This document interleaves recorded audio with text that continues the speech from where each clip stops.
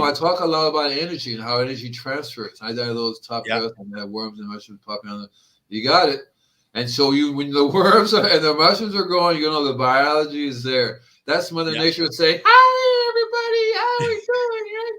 We made it. We made it. We're here. And one of the things that makes it work even better is when you allow energy to use energy as Mother Nature has lots of different ways to take energy and use it into the soil. Remember I told you about that cosmic ray that shoots through the earth? Yeah, yeah. Well, that's just a small part of how it collects energy, how you can use energy because energy will work on the microbes. And microbes microbes and water are very important. Structured water and microbes go together. Yeah. Okay, they work really well together. So you'll learn that. That's one reason why I did my music is called Inner Garden Music for the Soil, because I've learned that playing music to the soil, to the microbes, to the plant makes a big difference in how they function. It's the energy that gets transferred throughout the plant and in the soil. And there's lots of ways you hold that energy. I can talk to you about that sometime. Remember I mentioned the Hieronymus device. Yes, I do remember the Hieronymus device. Right. Yeah.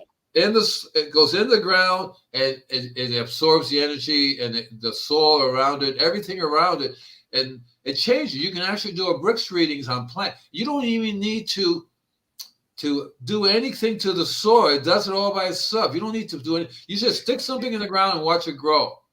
Okay, now let me step back. You can do a bricks reading on it? Yeah, you can do a brick reading on any plant that's growing in that area.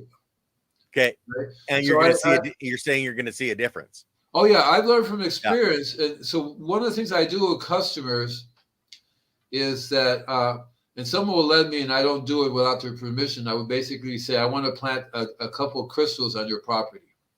Yeah, just bury them.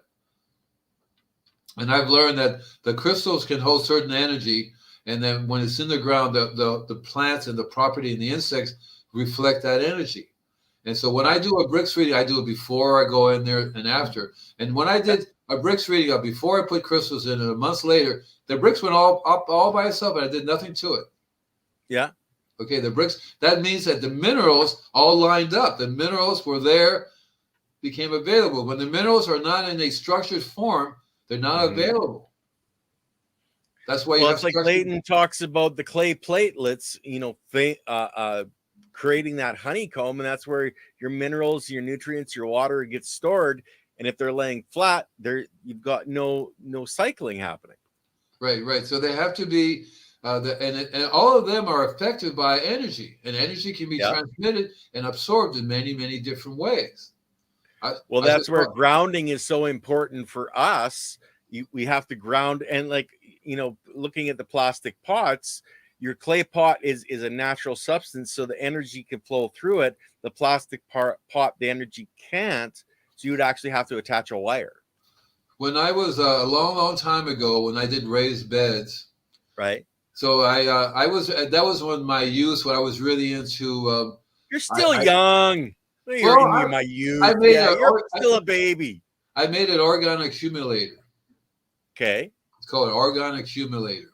William Reich developed an orgone accumulator, and he calls that energy orgone energy, but it could be named by it.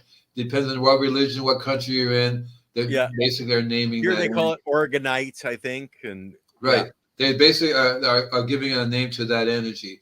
And so I've learned that when I studied with Phil Callahan.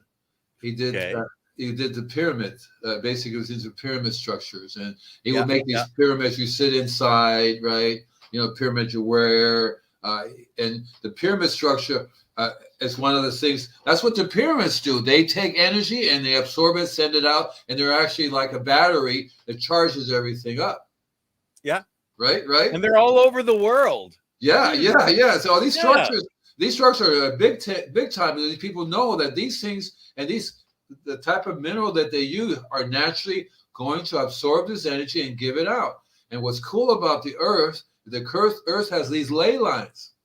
Yeah. And ley lines how the energy flows. Yeah. right? Just like the meridian in your body. So you can look at a ley line on the property and like a miniature earth, a little miniature thing going on there, where the energy is flowing and coming to. One of the things that happen that's bad is because electricity disrupts that. The electricity and the transformers and all these things that we do have negative effect on the property, and they disrupt the structure of the energy. Yeah, they create vortexes.